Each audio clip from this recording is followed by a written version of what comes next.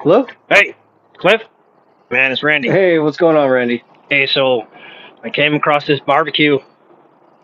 The bottom's falling out, and I was wondering if you could fix it. How thick is the material? I don't know the thickness on it. I think it's like 1/8, quarter inch, somewhere in there. 16th.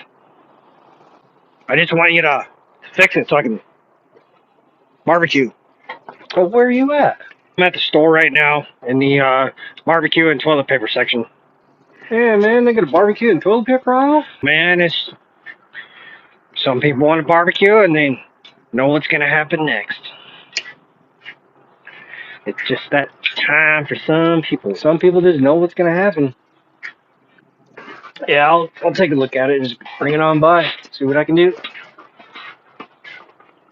I think I got some leftover plate. all right, man. I'll bring it by later. All right, I'll talk to you later, man. Bye.